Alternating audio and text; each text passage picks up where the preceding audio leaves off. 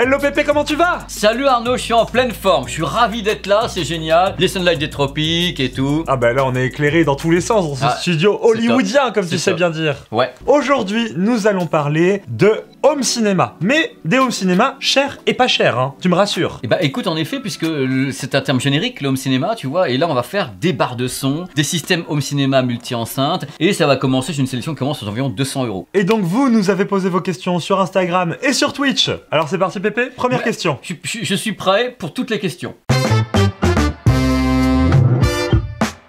Pépé, première question, est-ce que ça vaut le coup d'investir dans une barre de son si on achète un téléviseur qui a un bon son? Alors d'abord le mot bon son je le comprends pas, je sais pas ce que ça veut dire. Donc faut savoir qu'il y a déjà une différence entre une barre de son et un téléviseur. La barre de son, ça. Les téléviseurs maintenant, ça. C'est-à-dire que les téléviseurs sont quand même globalement assez fins. C'est-à-dire qu'on n'est plus sur de plus en plus en plus. Voilà, on n'est plus dans l'ère des téléviseurs cathodiques, sur des armoires normandes, où tu pouvais placer des haut-parleurs dedans, c'était la caisse de résonance, c'était le tambour de l'amour. Mais maintenant, c'est pas du tout le tambour de l'amour. Les téléviseurs sont de plus en plus fins, donc les fabricants essayent de faire une section audio dans laquelle ils arrivent à intégrer des haut-parleurs pour qu'il y ait un son tout à fait correct. Donc il y a des marques qui sont très très fortes là-dessus, hein, notamment Philips qui travaille avec Bowers & Wilkins, donc BW, qui intègre justement des haut-parleurs à l'arrière, mais du coup le produit est plus large. C'est-à-dire que quand on voit les produits Samsung qui font 2 cm, 2,5 cm, qu'est-ce que tu mets là-dedans techniquement? Donc tu as des haut-parleurs qui sont très très plats, ça fait que tu peux avoir un bon son, mais le grave tu le cherches encore. C'est très compliqué pour les fabricants, c'est le plus gros challenge d'avoir un son qui soit très convaincant sur des produits qui sont de plus en plus fins. C'est ça, j'ai l'impression que plus on met d'argent dans un téléviseur, plus il est fin, et donc plus il est fin, plus c'est dur pour eux de faire quelque chose qui a de la profondeur. J'ai une réponse à ça. Si quelqu'un a les moyens de mettre cher dans un téléviseur, ça va pas le gêner de mettre un système autour. Voilà, tout est là. Je veux dire, tout est lié dans l'industrie. Donc le truc, c'est que le challenge, en effet, c'est que un challenge est multiple. Ça, elle est drôle cette question parce que c'est vraiment la question qu'il fallait poser. En même temps, on se retrouve avec des téléviseurs de plus en plus fins. En même temps, la tentation d'avoir du son est de plus en plus importante avec le streaming où les gens voient apparaître le mot Dolby Atmos 5.1. Alors je dis, oh là là, mais il y a des trucs comme ça dont mon abonnement à 9 € ou 10 €, mais comment je fais pour le retranscrire? On se retrouve avec des produits qui sont en effet, on peut trouver des téléviseurs avec de bonne qualité sonore, mais globalement, on va être très clair sur un point, sur des produits qui sont dits classiques entre 400, 500, 600, 700 €, il faut les aider, il faut un son qui est souvent complémentaire. Mais on peut très bien se satisfaire d'un son du téléviseur. Donc à ma question, tu réponds oui, une barre de son fera forcément un meilleur son que le téléviseur lui-même. C'est le but, elles sont nées pour ça. Pépé, comment une barre de son peut remplacer potentiellement 39 enceintes pour faire du Dolby Atmos? Explique-moi comment c'est possible techniquement. Est-ce que c'est possible seulement? Elle ne peut pas. Oh! Mais c'est quoi cette arnaque? Les fabricants tels que je les connais et avec lesquels justement j'enquête depuis des années n'ont jamais annoncé réellement, ouvertement, un point d'émission unique va remplacer 5, 7, 9, 11 enceintes. Ils l'ont pas annoncé comme ça. Mais alors, je réponds à ta question les yeux dans les yeux et avec les gens qui nous regardent, il n'y a, à ma connaissance, de façon extrêmement précise, aucune façon de remplacer 7.1.2 enceinte physique. C'est impossible. C'est pas que c'est impossible. Mais pourquoi la barre de son nous dit qu'elle le fait, la Dolby Atmos? La barre de son te dit pas qu'elle va remplacer les enceintes. Elle te dit, je suis compatible Dolby Atmos, DTS-X et je peux virtualiser dans ta pièce. Mais ce sont des algorithmes. Tandis que quand tu as un système avec des enceintes qui sont donc discrete channel, il n'y a plus d'algorithme qui rentre en ligne de compte, à part le réglage de ton micro pour savoir où sont toutes les enceintes dans ta pièce. Est-ce que des systèmes de barres de son plus enceintes surround, parce que parfois ils en rajoutent 2 à l'arrière, que peuvent faire LG, Samsung et Philips, est-ce que ça peut s'approcher de l'effet home cinéma que tu me décrivais avec des enceintes physiques? Elles ont été faites pour ça. Donc ça s'en approche. Elles ont été faites pour ça, parce que dans ce cas-là, on a la façade, et on a également des enceintes qui sont à l'arrière. Donc ces barres de son où on extrait les enceintes à la main, et on peut les placer à l'arrière, elles sont en général en Wi-Fi, et les barres de son ne coûtent pas de moins de 1000 € à ma connaissance. Elles sont déjà, c'est-à-dire qu'il y a un moment donné, il faut que les gens se posent une question importante. Est-ce que quand on commence à avoir des barres de son avec des enceintes extractables, est-ce qu'à un moment donné, quand on dépense 1100 € pour ça, on ne peut pas se payer un ampli home cinéma 500 € avec un kit 5.1 d'enceinte? Moi je dis que la réponse est oui, c'est le même prix. Ah oui? Évidemment. Et t'as une meilleure... Et tu n'as plus de virtualisation de déjà la façade. La barre de son, où tu extrais les enceintes, il n'y a pas de câble. Les enceintes n'ont pas de câble à l'arrière. Ce sont des enceintes qui ont généré une autonomie de 12-14 heures avec des batteries intégrées. Donc tu les places à l'arrière, tu as un réseau Wi-Fi. Ça fait que tu as le côté, ce que je te dis tout à l'heure, où les gens, entre guillemets, je vais être vulgaire, n'ont plus envie de se faire avec les enceintes, les câbles, les machins, les trucs. Et mais ces barres de son qui coûtent 1000 € évite ce problème. Et en plus, c'est super intelligent. Les enceintes arrière, tu ne les laisses pas en permanence. Tu peux t'en servir en plus comme enceinte.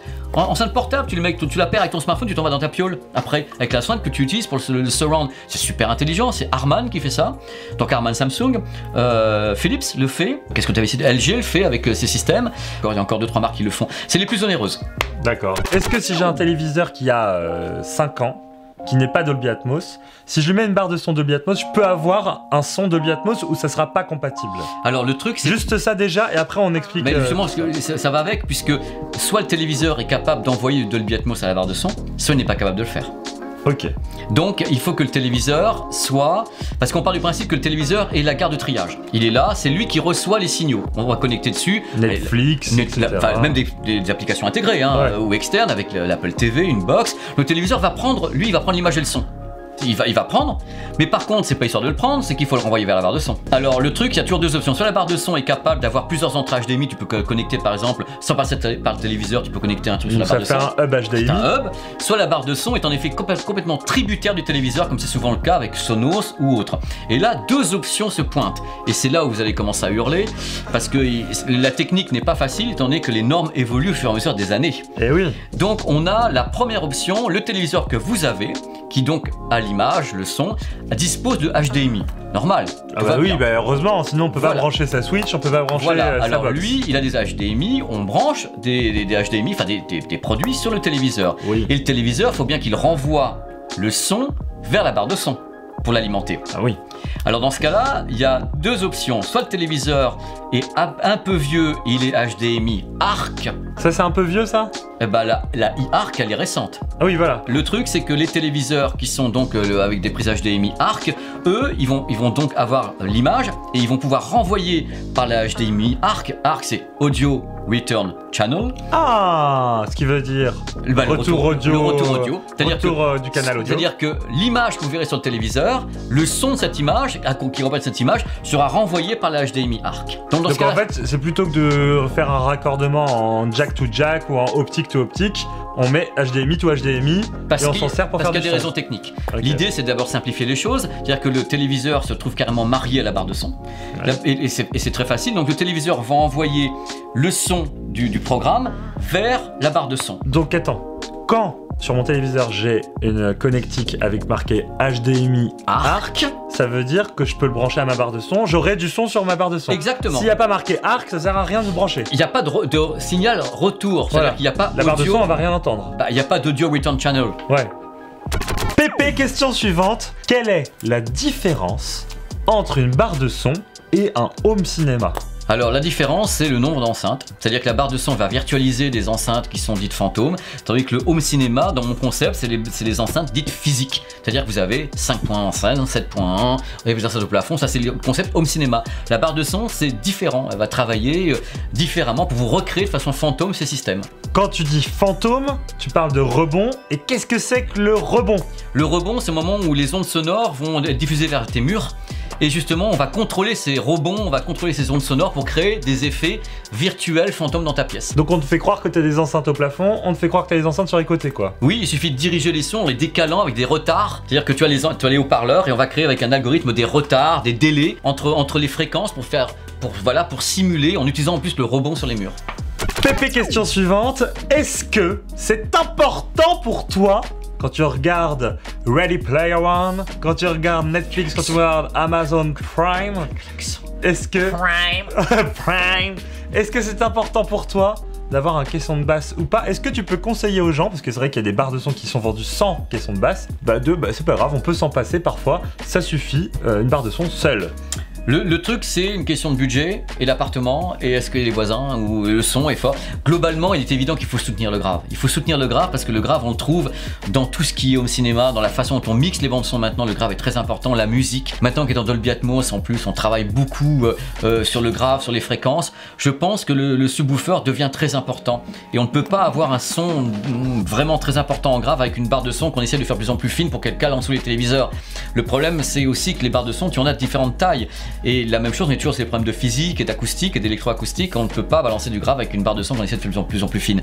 Donc le truc, c'est que je pense que si on peut, si on en a les moyens, si on a la possibilité physique de le faire, je pense qu'il faut un soutien dans le grave avec un sub. Qu'il soit filaire ou non filaire. Non filaire, ça coûtera plus cher, mais filaire, il coûtera, on peut trouver des barres de son avec des subs aux environs de 200-300 € maintenant, avec les prix, des prix qui descendent. Hein. Je veux dire, c'est pas des nouveautés. Hein. Mais je pense qu'on va peut-être tendre même avec les fabricants à des subs qui vont être de plus en plus présents sur des modèles début de gamme. Merci Pépé d'avoir répondu à toutes ces questions. Bah écoute, je suis ravi. Et quel sujet! Je suis super content parce que c'est un sujet qui me tenait à cœur et encore une fois ce que je dis dans cette vidéo, c'est rare qu'on m'interroge là-dessus alors que ça me passionne littéralement et que je ça passionne plein de monde vu le marché comme il est en expansion. Et il y a tellement de nouveautés techniques, il y a tellement de modifications sur les algorithmes avec l'arrivée du Dolby Atmos, DTS-X, les marques bougent de plus en plus parce que il y a ces propositions faites par le streaming qui est hyper populaire, les gens voient s'afficher les logos de tous les côtés en streaming Atmos et autres et ça les titille et les marques répondent à ça avec des produits qui commencent à 300 € quand même. Donc c'est un marché passionnant quoi. J'espère qu'on a pu répondre aux gens au maximum. Quoi, mais bien sûr qu'on a pu répondre aux gens au maximum. Et Pépé, on se retrouve bientôt pour un nouveau numéro de Ask où vous pourrez lui poser ces questions. N'hésitez pas, vous allez sur Instagram, vous nous followez et comme ça vous pourrez voir la petite story qui passe où on vous demande de répondre à toutes les questions. Pépé, on te retrouve sur ta chaîne YouTube, sur ton Instagram, sur ton Twitter. Tout ça. Toujours plein d'actu. Plein d'innovations que tu nous présentes à travers le monde, parce que ça, tu repars voyager là. Je repars voyager bientôt, je repars faire des reportages dans le monde entier, je suis ravi. Et ben voilà, on a hâte. Merci Pépé. C'est moi, non, je suis super content. Et à bientôt. Merci beaucoup.